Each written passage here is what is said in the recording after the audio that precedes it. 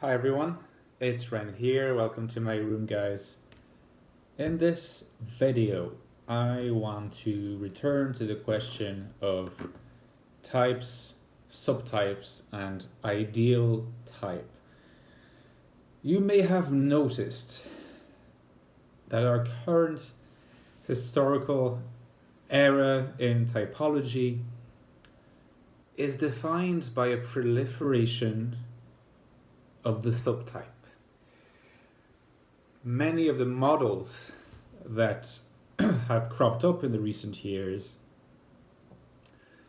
are able, when you think about it deep and hard, are able to stand out from other models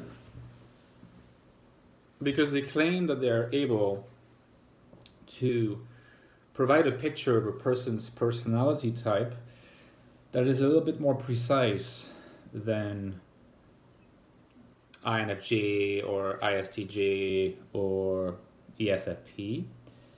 Now, they will typically refer to this broad category to enshrine the person's type, but they will tend to add some richness of detail to the analysis.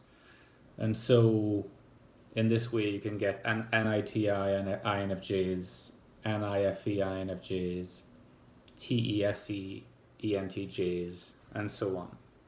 And of course, there are models that claim that the subtypes of any type are a lot more numerous than this and go into territory that I think ends up meaningless for reasons that I've explained in previous videos. This is relation to the question of overdetermination of theory by evidence, but I'm not going to go into this here. One thing that I think we have to remind ourselves of is that there's nothing really that magical about the idea of subtypes.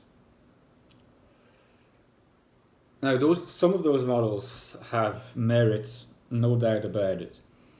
Even if they are not completely correct and accurate, sometimes they're way off the mark. Nevertheless, they certainly do have the merits of pointing in the direction of the diversification of representatives of types. Because ultimately, ever since young, we know that types are not just types, but ideal types. And by this I mean that the 16 types that we know about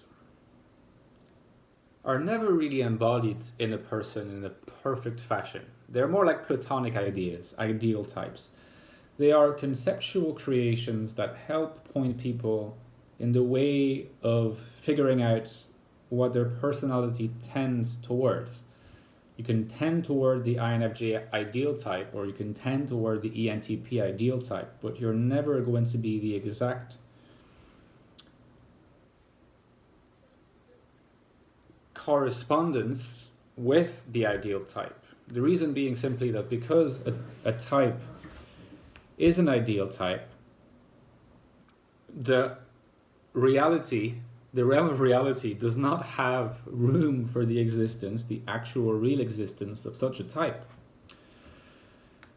And so what we get ultimately are an infinity of different subtypes. And if you're of a subtype of an INFJ, you are oriented towards a personality disposition that looks like the ideal type, INFJ, but you have your own idiosyncrasies, you have your own unique traits that make you different from other INFJs. And what you have to be aware of, what you need to keep in mind, is that were you to clarify your type further through the help of one of the contemporary models, for instance, and decide that you belong to a certain kind of subtype, for example, NITI INFJ, this is the subtype that I'm usually associated with, and I have been typed by other people as an NITI INFJ, and that's fine. I think it's relatively accurate. Um, that doesn't change the fact that NITI INFJ is also an ideal type. It's an ideal subtype of the INFJ ideal type. So you're going to have fewer INFJs that are oriented to the NITI subtype, but still, across the entire world, there are likely millions or hundreds of thousands of NITI INFJs whose differences between each other are real. So NITI, the NITI subcategory of INFJ, is not enough to do justice to the diversity of people and personalities within that category. And it is in the sense that INITI INFJ is still an ideal type, because INITI INFJs will still differ among themselves. And this is a process without a bottom. You can never get to a stage that is sufficiently granular as to be able to say, that is exactly my type. Nobody else has this particular type. And there's a simple reason why you can never achieve this.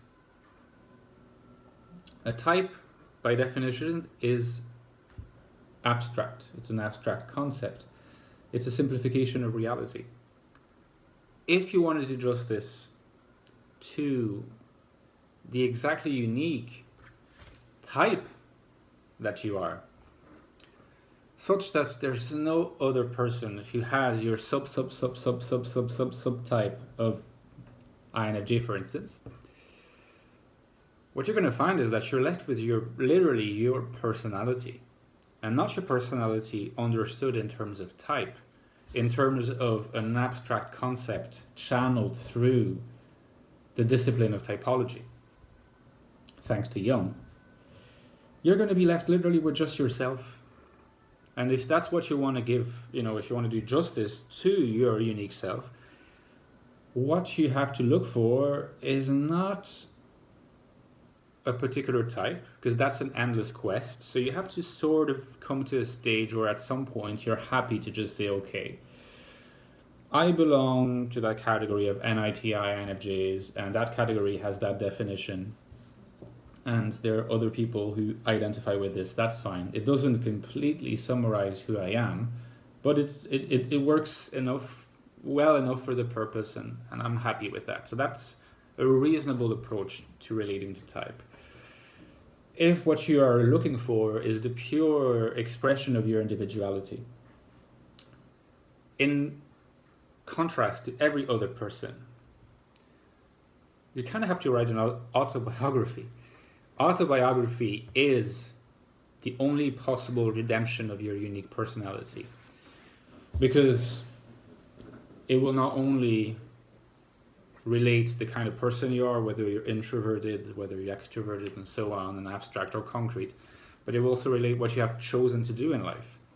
These aspects that also are a part of your personality and that are not contained within the analysis of types, that is the domain of the typology.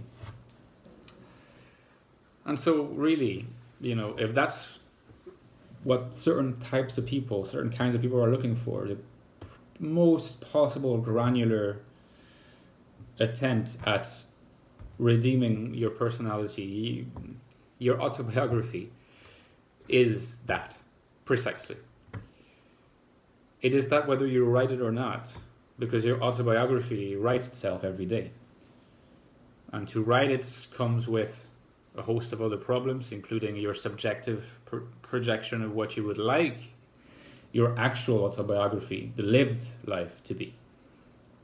But that is just to remind you that subtypes are still ideal in their own way. They're just a little bit more restrictive in their definition than types are. So at the end of the day, it only depends on how far you're willing to go to nail down your type so that you can relate to others. Because at the end of the day, we're looking for types because we want to relate to people of that type. So never forget that.